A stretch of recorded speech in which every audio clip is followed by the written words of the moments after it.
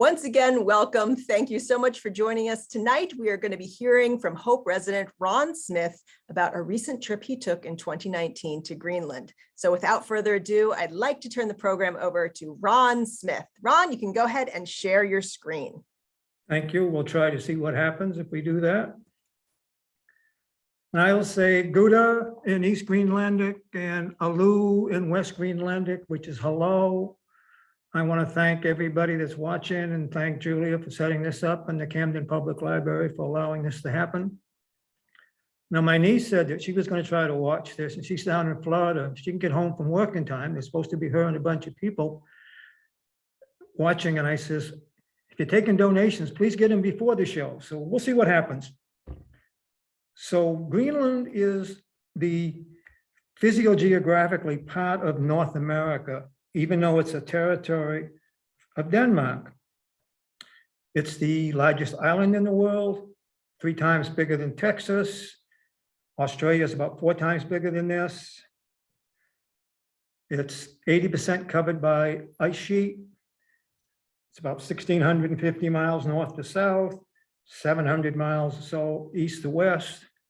It's about 57,000 people living there.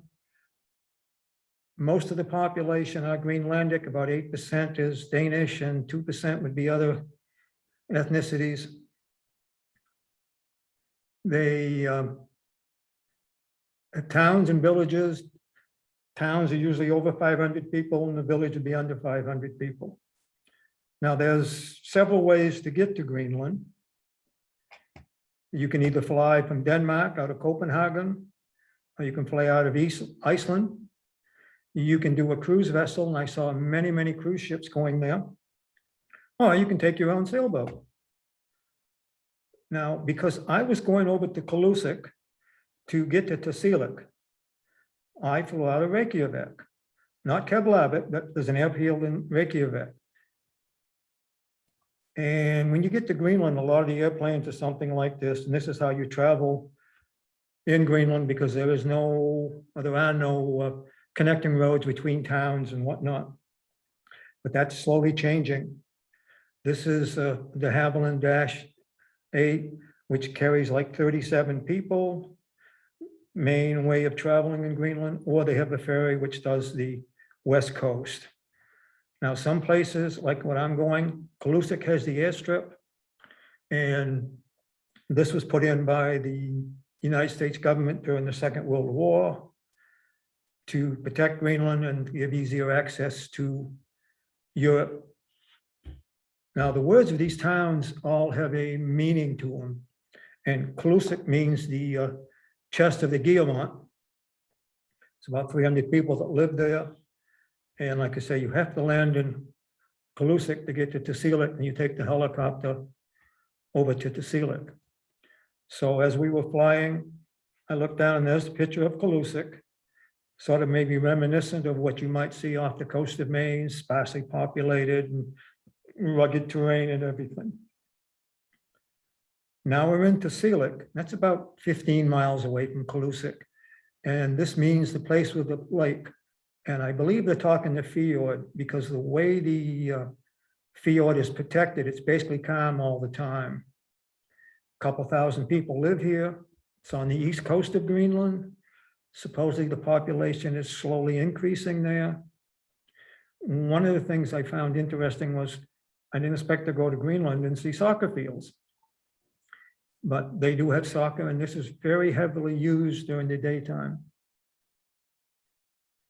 Now, walking around town, I got to see quite a few of these trampolines and the children playing on them, and I just thought, you know, there's really not much for entertainment there in a sense, and being so small, children do, you know, they'll find ways to entertain themselves and everything.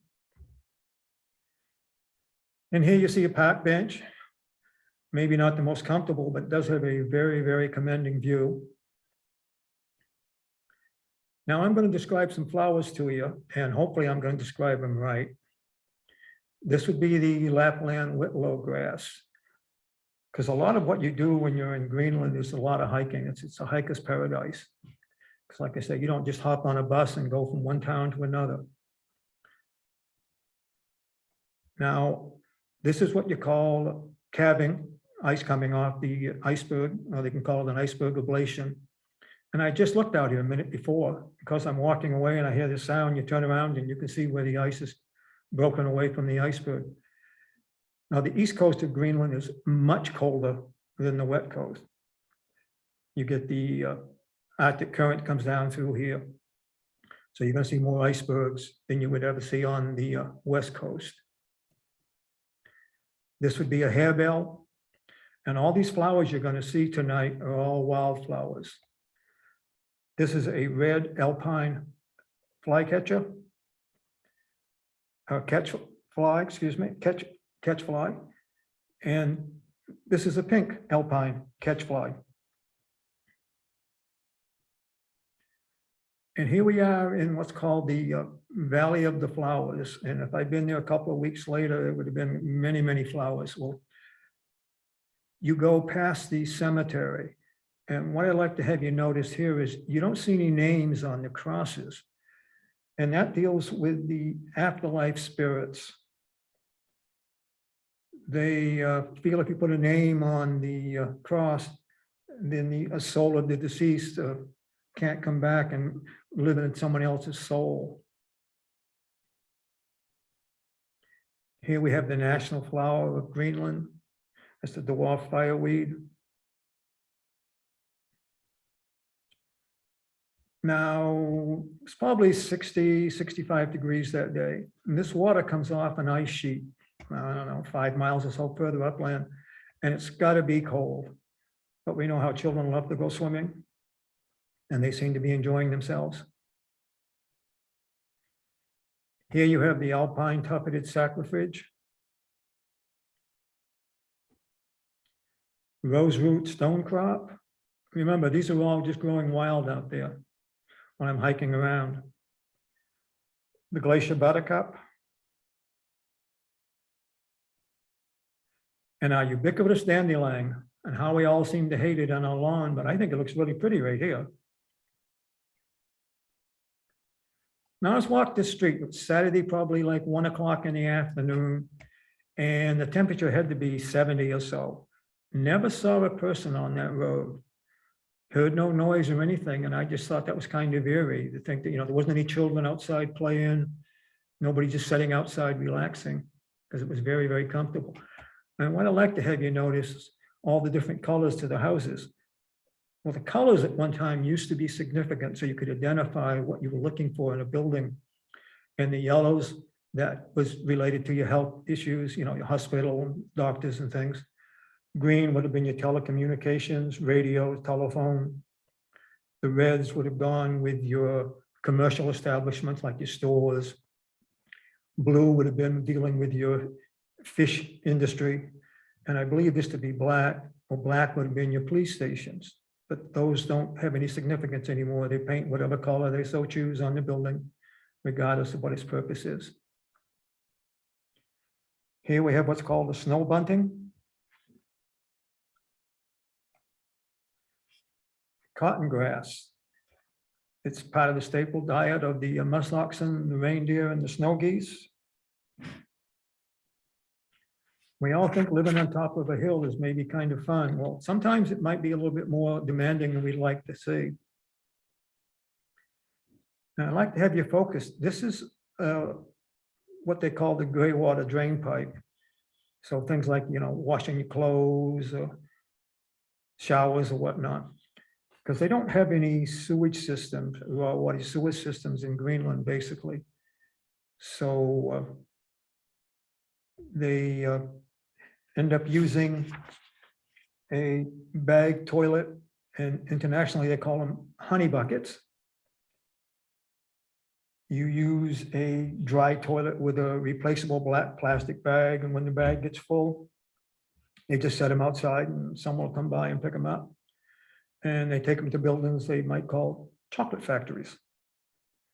Now they get taken out to the ocean after there's enough, and maybe the bag and everything is dumped into the ocean. I've read where sometimes they just take the bag down to the ocean and cut it open. Probably not the best, but they, like I said, they don't have any raw water sewage treatment plants.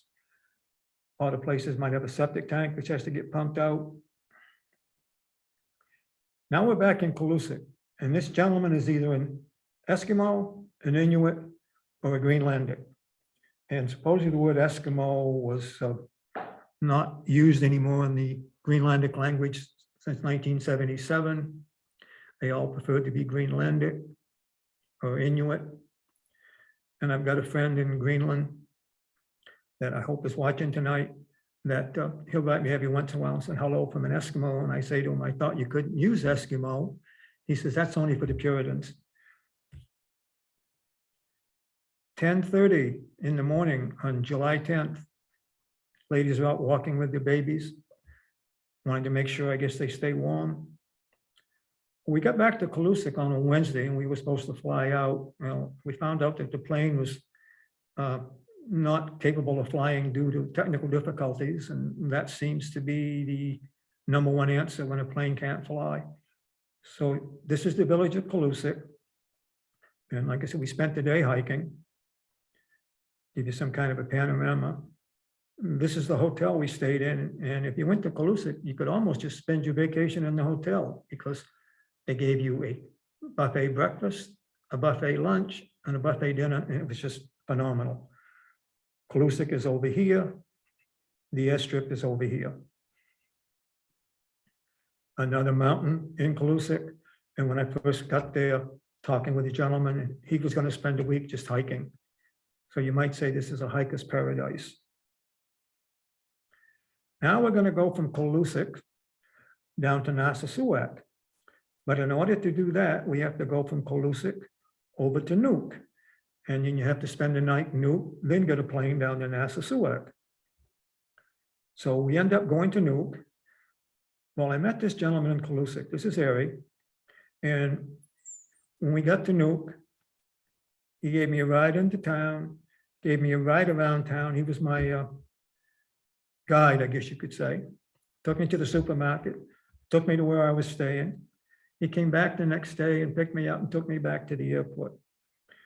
So like I said, I met him and a co-worker because he works for the telephone company in Greenland when I was in Qassiarsuk. And we emailed each other once in a while. And like I say, hopefully he might be watching, but schedules sometimes don't allow to do what you'd like to do. And because I was in a sort of a suburb, and this is Nuuk over here. And Nuuk means the Cape. It's the northernmost capital in the world. There's 20,000 plus people living there. Seems like a lot of people like to move to Nuuk just because you get better wages, better living conditions, more social life. You can see there's a cruise vessel here. A big concern in Nuuk is there's no place for people to live. As you can see, all these high rises, well, there's a lot of them being built still. And there is a 10 to 12 year wait if you're trying to get a house. Now, the land in Greenland is public owned. So even though you build a house on this property, you don't own the property, you only own the building. And all your building materials come from Denmark. So it's kind of an inconvenience in that aspect, you might say. And the houses that a lot of people are living in are owned by who they work for. So once they retire, or should they lose their job, they lose a place to live. And here you're seeing a marina with many of these boats might be what they call dinghies. There's like 1,700 of them registered in Greenland, and the dinghy is used for fishing. And these small little boats catch more cod, more shrimp, and 2 times the halibut that your larger ocean-going vessels catch. Like I say, now we're down to Narsarsuaq, and we're going to go over to Qassiarsuk, down to Igaliku, and down to Narsaq. Some of us complain about 20 minutes or half an hour to get to work.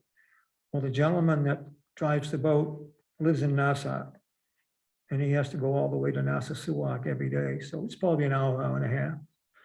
So life is sometimes demanding for all of us. So Narsarsuaq is another one of the air bases that the government built for the Second World War. It's one of the 10 most dangerous airstrips in the world, and that deals with the way the wind currents come down through here. And they say, if you can land in Narsarsuaq, you can land anywhere in Greenland. Well, I was there, got there late in the afternoon and was going to leave the next day, so I didn't really have much time. Because you tried to find a ferry or a boat that would give you a ride. There are no schedules or anything like that. So while I was waiting for the boat, walking around, I ended up in the botanical garden of the Arctic. And this is a white spruce. They don't have any forests in Greenland. So there's no chance for commercialization, of wood product or anything like that. So as you can see, this one says Dawson, Yukon, USA, 1987. So it was probably transplanted back in that time, and that's how much it's grown in about 35 years. These ornaments, I don't know if they were part of the tree when it came down, but those are the common redpoll. Here you have a female northern weed eater. And you can see the lushness, the greenery where the temperature allows it and everything. And these bushes would be the alpine willow. And there's a lot of them growing in Greenland in places where trees or plants can grow. We're in Igaliku now. And that means the crossings. This was where the first sheep farm in Greenland was formed in 1184. This pad in the middle is kept for the sheep. There's 25 to 50 people that live here year round. It's a summer attraction. You go there and either vegetate or maybe climb some of the hills and whatnot. And what makes Igaliku kind of interesting, because it is a UNESCO site, which is United Nations Educational, Science, and Cultural Organization, is because there's no trees in Greenland, they made the walls out of rock. And there was an archaeological site dig going on while I was there. Now they have this road, what that crossing was, you might remember I showed you. And here you see what's called the Children's Forest. Well, this was started because they don't know what trees look like. So whoever started this wanted the children to be able to see what a tree looked like. So that's why they call it the Children's Forest. You can see it looks somewhat fertile, but these lands might get reseeded every year by the children. That would be a sheep farm. Here we have the Alpine Ladies Mantle. Now we're up to Brattahlid, or Qassiarsuk, and that's the Dunalife Fjord, excuse me, the Dunalife Fjord. And this is where Erik the Red first landed when he was expelled from Iceland in 985. This is part of the village here. There's maybe 50 to 100 people living there, but I saw a lot of vacant houses. They have a store. People do survive. This is a replica of Tjodhilde's church. This is the first Christian church in North America, the year 1000 AD. Here you're looking at an Inuit. I wasn't trying to think of it, I tell you, excuse me. Oh, bear with me for a second. Turf house, here we go, I apologize. This was from about 1750. In the summertime, it'd be a winter turf house. In the summertime, they would live in tents, be nomadic, and follow the animals. Here you see a white-tailed eagle. Sheep are about the only livestock that can be grown here. They've tried cows before and it didn't prove to be beneficial. And remember, all this land is public land, so the farmer doesn't really own it. And here we are over Tasiusaq, which is about 5 miles from Qassiarsuk. And, oh, I forgot to tell you, Brattahlid meant steep hill. And you might have been able to see that from the picture, how high up you are. That's what Erik the Red called it. So now we're in Tasiusaq, and that's Lake Bay. So this is actually the ocean out here. And these are the only houses I saw, but if you look, Google keeps telling you there's 40 or 50 people live here. Well, one of the houses is used for like an Airbnb or an overnighter for excursions and things like that, the tourist groups. Soft drinks and overweight children. I think that's a problem everywhere in the world, and not so much just with children. But the big concern with Greenland is that the males have teenage males have one of the highest, if not the highest, suicide rate in the world, which is, I think, very unfortunate. And the whole country of Greenland comes in like number 5 for suicide rates. Now we've gone down to Narsaq, and that means the plain. You might have read something about it or heard something about it this summer when the Chinese were hoping to do some mining there for rare earth elements, and the Greenlandic people said no. I read something recently that said that Bill Gates and Jeff Bezos were trying to see if they can't maybe go in and do the mining.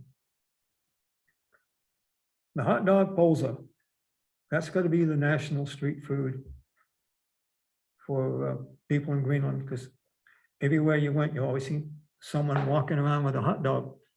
And it's kind of interesting what they had there. Instead of slitting the roll, they stick it in the end of the roll. So you had, maybe 2 inches of the hot dog sticking out of it.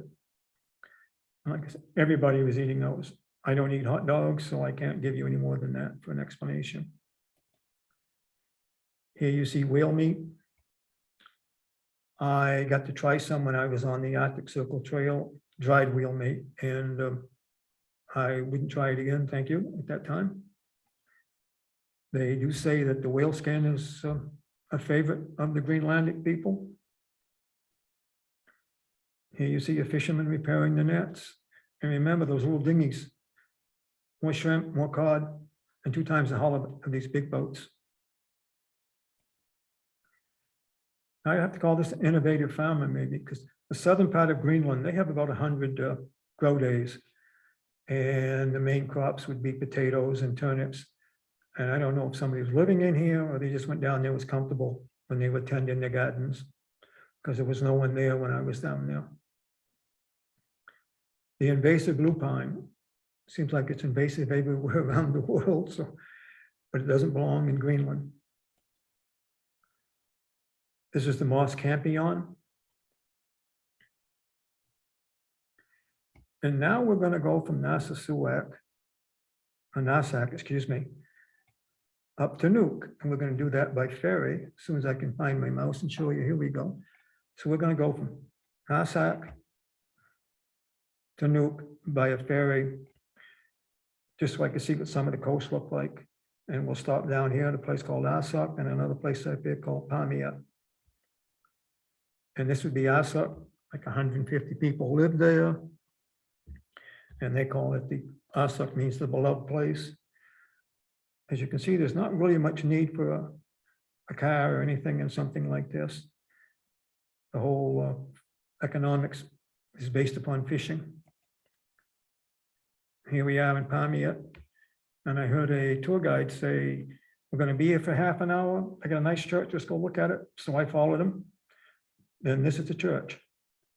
Lutheran denomination, built in 1906, Norwegian style.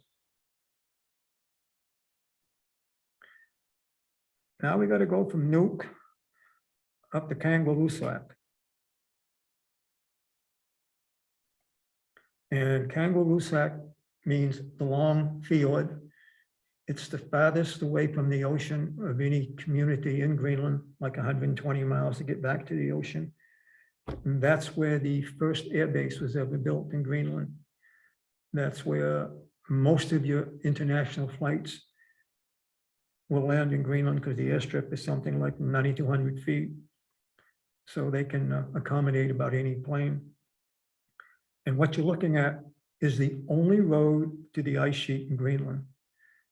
Now, this was built by a defunct, started by a defunct auto manufacturer in Sweden.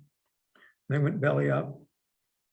Then Volkswagen and Audi thought, well, that would be great to test the cars out there on the ice to see how they stood up to the cold conditions. And they're no longer doing that.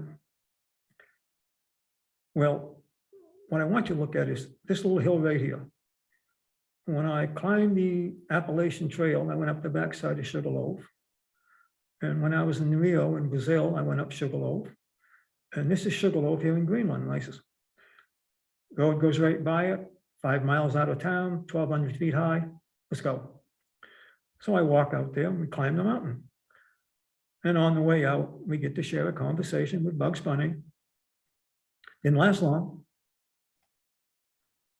Here we are atop of Russell Glacier, top of Sugarloaf, looking at Russell Glacier. And that is 12 miles from the ice sheet. It will go back that far.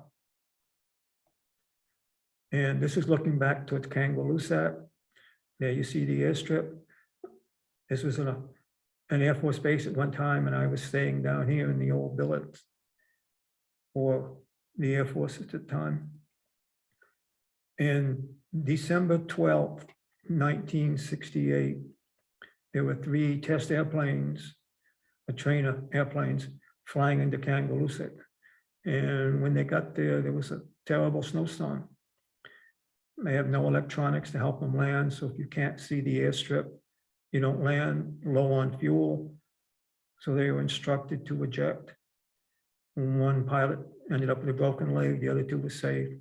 And this is one of the planes that crashed. They left it out there just as a sort of a memorial. And here you see the ice sheet. It goes quite a ways north.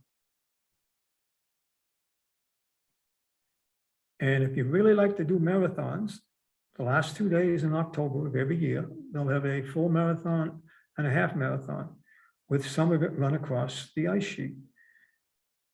So you still have time to maybe see about joining, because it's the end of the month.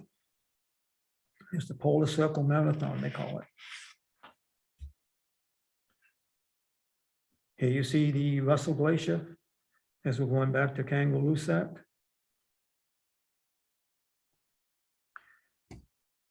Now, I went to Kangerlussaq so I could walk the Sisimiut. And this is what they have, the Arctic Circle Trail.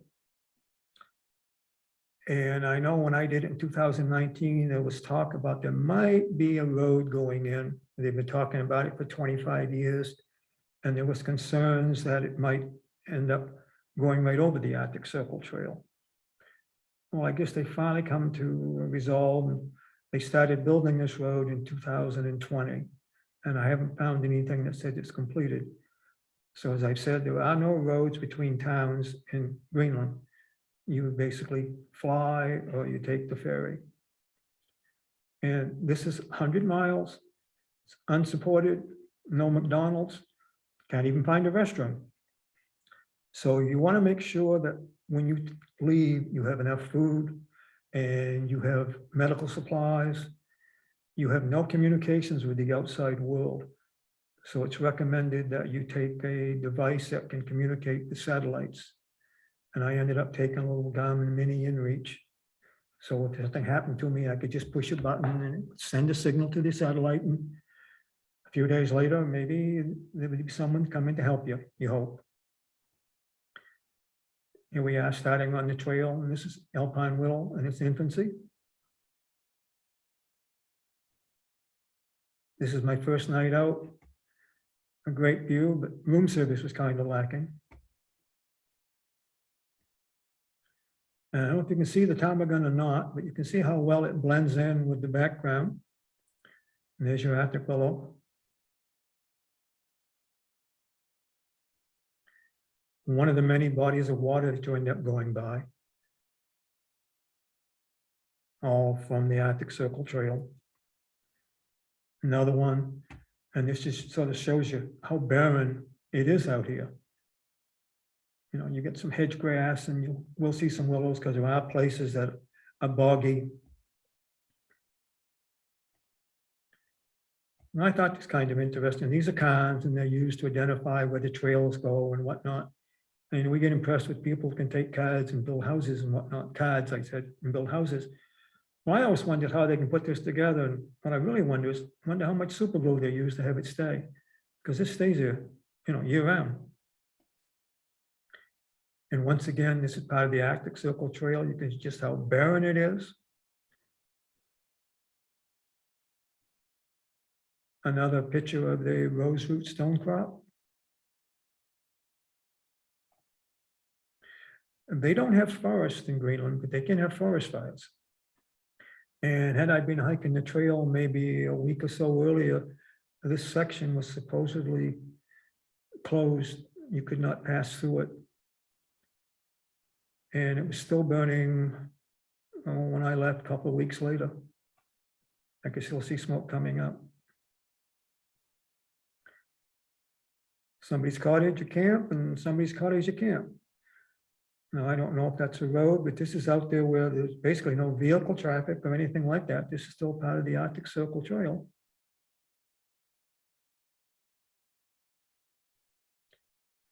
We're in Sisimiut. And Sisimiut means the residents at the foxholes. It's the second largest town in Greenland.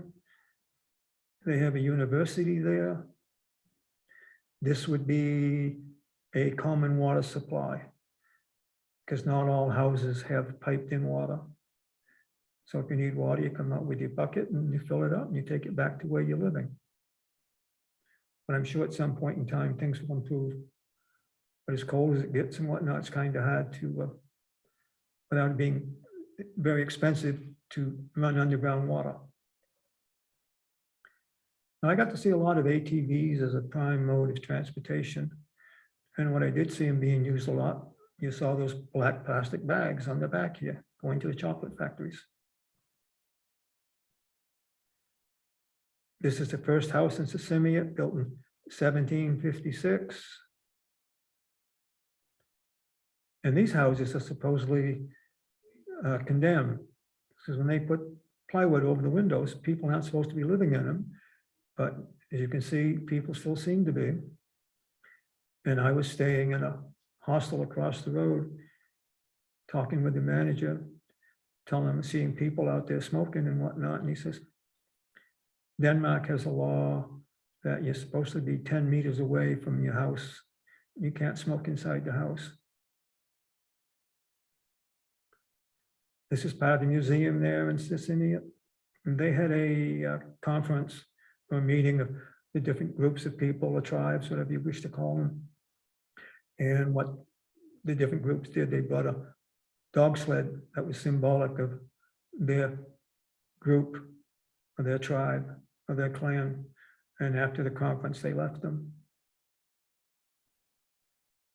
Here you see Harbour Seal, main part of the diet of Greenlandic people. This is main harbor of Sisimiut. And supposedly this is as far north as you can go and not have the harbor freeze. So this will stay open year round. And everything in Greenland is brought by cargo ships. I forgot to tell you, back in Tjodhilde, that freezes over maybe in in November, end of November, 1st of December, and it will thaw out end of May, 1st of June. So you can get very slack on some things. You know, you maybe have to ration some of your food or other supplies. And you see the church. Airstrip is over here. We'll climb this mountain. Now, I looked at that fishing boat and I was a little suspect of it. in that it didn't look like it could float, but obviously this gentleman is comfortable with it. Here you can see the airstrip for Sisimiut, 2,600 feet long. As I tell you, all landings in Greenland are done by visual, except maybe Kangerlussaq might have radar. So if they can't see the land, they don't. And I was beset by that problem at the end, unfortunately. That's further down the road. Here you see the Arctic poppy. It's one of the northernmost growing plants on the earth. They have found this growing at 83 degrees, 40 minutes north. Here you have what is called the Arctic arnica.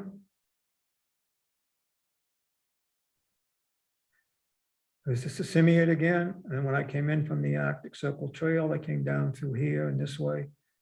There you see another cruise vessel. I want to go from Sisimiut. Whoops, don't want to go quite yet. I want to go from Sisimiut up to Ilulissat, up here. But in order to do that, I have to go from Sisimiut back to Kangerlussaq, change planes, then continue on up to Ilulissat. So Ilulissat means the icebergs. And that is another UNESCO site. They have the glacier up there, the Sisimiut, or the Jakob Sun. It's the fastest moving glacier in the world. It's been recorded moving 130 feet in a day. And glaciologists, science kind of figures that the iceberg that the Titanic ran into came from that glacier. Well, you see, when I got there, the fog. Well, the last day I was in Sisimiut, it was part of 5 days of record continuous heat. And the year 2019 had the greatest ice melt they've ever had in Greenland. So we couldn't fly, so I got here a day late, which was very unfortunate for me, but we know when you go places that have fog, you don't get to see what you'd hope to see. So this is what it looks like when it's not foggy. And this was the next day, because you can't see anything in town because of the fog, and I'll show you a little bit later. But here you can see the fog is still quite thick out over the water. So we'll say this is the village, and you can walk out like this to get to the glacier, and the trail sort of goes like this, and you come back into town. So I walked down, and they just opened up a visitor center for the glacier back, I think, like the 7th of July. This is all I could see. The glacier is big, stretches for quite a distance. The highlight of my trip would maybe have been Ilulissat, because I tell people Ilulissat's like the Bar Harbor of Maine. And they say if you go to Greenland and you don't go to Ilulissat, you really haven't visited Greenland. Well, I don't know about that, but it is a major tourist attraction there. And this is all ice, and this is basically all I could see. And when I was coming back, I said, wow, I've never seen a snowmobile that had a back seat for mother-in-law. So I had to take this picture. And here you can see sort of an idyllic place to anchor. Airport's over here, town's back here, so you're only maybe a mile out of town. And you can see there's still icebergs out there floating around, because we're up around 70 degrees north right now. Here you have the Greenlandic Sled Dog, the very unique dog. they can only be kept north of the Arctic Circle or on the East Coast. And they were brought to Greenland 1,000 years ago by the Thule from Siberia. And these dogs do not, they do not interbreed them with other dogs, just strictly the Greenland Sled Dog. And there's a concern that these dogs are going towards extinction, in that because of climate conditions being what they are and the ice not being as hard or whatnot, less dogs are being used and more snowmobiles. And the cost of the dog food is now getting kind of prohibitive. So like I say, the dogs are not being used as much as they used to just several years ago. On the way to the airport, saw this funeral going by, and I was just curious if they use the same kind of, nobody goes, by the hearse, and nobody seemed to. Or no one did, not so much no one didn't seem to, but no one did. And they were going out here to the cemetery. But what I'd like to really have you look at is out here, because this is the glacier that I didn't get to see. You can call it the Sisimiut or the Qassiarsuk Glacier. And just to show you how big it can get, I think that ship, that boat's probably 75 feet. And look at the size of that. They say some of these icebergs or glaciers, skyscraper height. When I was leaving that day, my plane was supposed to leave a lot early, and it did. And had I known it was going to be as late, I could have gone down and gotten some of these pictures. I didn't, so all I can see is from here. Now we want to leave Ilulissat to go back to Greenland, Iceland, and we have to go back down to Kangerlussaq. And then from Kangerlussaq, here, we'll fly into Keflavik and Reykjavik. And to do that, we go across the ice sheet. And a concern is these meltwater ponds. There's more and more of them supposedly forming, and they're getting deeper and deeper. So that sort of brings the attention to climate, global warming. But before we totally leave, I'd like to show you some muskoxen. I saw those when I was on the Arctic Circle Trail. And here you see the reindeer, probably not Rudolph because I don't see a red nose. And we'll say that's about all I'm going to show you. But if I got a minute, if anybody can tell me what kind of a mushroom this is, I'd appreciate it. And with that, we'll stop. And All right, Ron. Goodness, I didn't even have to poke you. You were warning me you were going to go on, and you did a perfect 45 minutes. So thank you. Good job. Can I help it if I'm perfect? You're perfect, Ron. So I want to invite anyone who has questions for Ron to go ahead and type them into the Q&A. You should be able to locate that for most of you down at the bottom of your screen. There's a little icon that says Q&A. You can just go ahead and type your questions in there.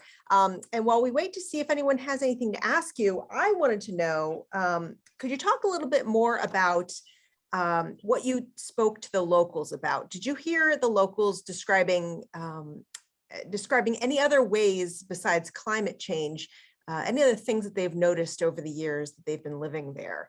You mentioned the dogs dying off, or the dog breed possibly going extinct. What are some of the things the locals told you about? Well, I didn't really hear too much about that, but it seems like, a lot of the people, like I say, like to move to Nuuk. There's concerns with alcoholism there. I saw a couple of gentlemen just fall down in the streets and the kids drag them out. They've got the same kind of problems that we have, but maybe of a little higher level, just because there isn't maybe the availability of advancement and things like that And I was talking with the lady that she was working in like an ice cream shop there in Tjodhilde, and she goes to Nuuk 6 months out of the year, and she'll come back to Tjodhilde.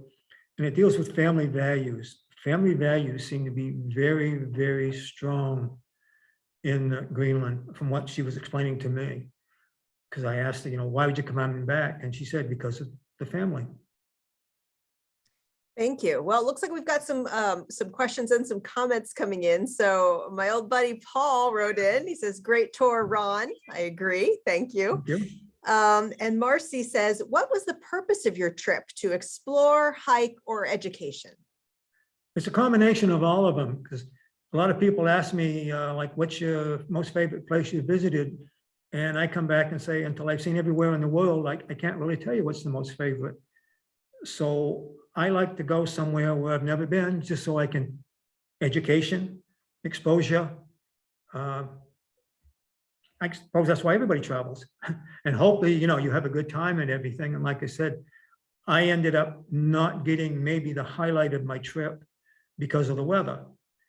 Well, I'm still alive and life goes on. So you accept those things, and it's all part of traveling. And Ron will just have to take another trip back, and he'll be happy to take some of you along with him. If you're interested, let me know and I'll send you his way. You'd be such a good, very fun tour guide, Ron. So we have someone who wrote in and said, "How is the Arctic Trail marked?" Well, if you happen to see, you got the cons. If you would have done this 10 years ago, what that basically is, it's a hunting trail. And it wasn't as well worn and whatnot. And I found as I got closer to Sisimiut, you could see where ATVs had gone and whatnot. But there were some places that you kind of wondered, where does the trail go? So these helped identify, but a lot of the trail has now been worn so much that you can basically see. But there are places, when I was talking about the bogs, that the willows are up over your head. It's almost like a tunnel you're going through. And it's sort of a marshy thing. So when you come out, you don't really know. And I know at the end, like the last hut they have, I went to the hut finding out that I got probably a half a mile more than I had to, and I was on the wrong side of the river. And I could look down and see another trail, but I didn't know where it went. So I just took the chance, and it ended up taking me into Sisimiut. It's basically pretty simple to follow.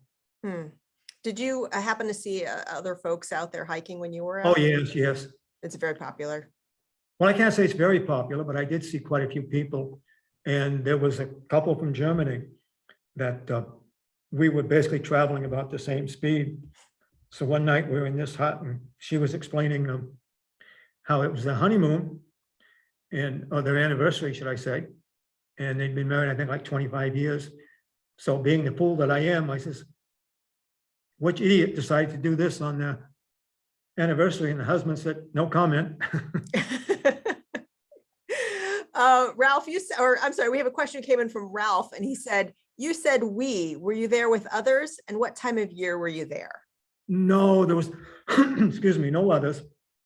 But I maybe just use we because The royal we, right? I was there basically the month of July. I got there something like, I think, the 2nd or 3rd of July, and left around the 4th of August. Okay, and Judith says, "Is it true that English may become an official second language?" Oh, yes, thank you. I forgot to mention that. English is the second language now taught, and that's dealing with an economic reason, because Greenland was trying to become independent from Denmark. And when Danish took the country over, or the land over, they tried to terminate Greenlandic language, which offended the people there. So through a period of time and whatnot, it's now been resolved that Greenlandic is the first language taught in school. English is now the second, and Danish has gone to third, because with the English being the international language of the world, and if you're trying to deal with businesses, you need to speak a language that everybody understands, and English seems to be the one. So Gary wants to know, how were the mosquitoes? Well, you hear a lot about the mosquitoes, and they get you terrorized, but as I've told people, well, here in Maine, I think the mosquito bites you before it lands. And in Greenland, I let them walk around me and I don't ever remember getting bitten. But I would see people with the mask on and I just said, no, I don't want to look through a screen. I want to be able to see. So I didn't find the mosquitoes to be anything that, they don't compete with the Maine mosquito. How's that? Okay, Kim has a great question. Regarding sanitation, do you have any notions of whether composting toilets would be considered? I don't know. The last information I could find was like 2017, basically, and I'm sure there's more, infrastructure and depending on how you go looking. But they burn a lot of their waste. And I could have shown you a couple of pictures. It seemed like every village I went to, the dump was right next to the water. And I didn't know if they loaded it on barges and took it out and dumped it, or if they scrapped the metal and try to, like I said, rekindle, not so much, but salvage it and stuff like that. So I don't really know, but I was kind of dismayed to see all that garbage. And we're talking cars, refrigerators, things like that, right next to the ocean. It was almost like they were in the water. And then I was troubled by what you said about, possibly the plastic bags full of the chocolate being taken. Well, yeah, well, I was reading some again last night, just so what I was telling you would be somewhat truthful. And they were giving instances of the people that would take these bags down to the water, and they would cut the bags open and they would provide them with showers and change the clothes and stuff after that. But the way it was presented, they're standing there with the bag and just cutting it open and letting it drip into the ocean. So we have just a couple more comments and then we'll wrap up. Carol says, not a question, just a comment. Great slides overall. And I especially appreciate all of your botanical slides. Thank you so much. You're welcome. And Nate says, great job on your first Zoom. I second that. Be nice to see something like this again with some of your other adventures. Yes. You're welcome. Again, Talk to Julie. apparently Ron will also work for pizza, so we might be able to get him back. Joan says, great presentation, and Shirley does as well. Excellent presentation. So Ron, thank you so much. We started talking about you doing this talk months and months and months ago, and I'm just so glad that it finally came to fruition, because I certainly selfishly really enjoyed that, and I think a lot of our other viewers tonight did too. Well, thank you. Did anybody know what this mushroom is? Oh yes, if anyone knows the mushroom, go ahead and type it in, and if not, if you think of it later, email me and I'll get that answer to Ron. So once again, I want to thank all of you folks for showing up tonight. We do these talks all the time. Most Tuesdays and Thursdays, we're doing a Zoom about something. So please visit the Camden Public Library's calendar. Your events calendar can be found at librarycamden.org/events. And we now have handy little Zoom links right in there to register for these talks. And fingers crossed, hopefully we'll be able to be doing some in-person things when the COVID numbers get a little bit better. But in the meantime, we hope you'll join us next time. Thank you again, Ron, and have a good night, everybody. Good night. Thank you.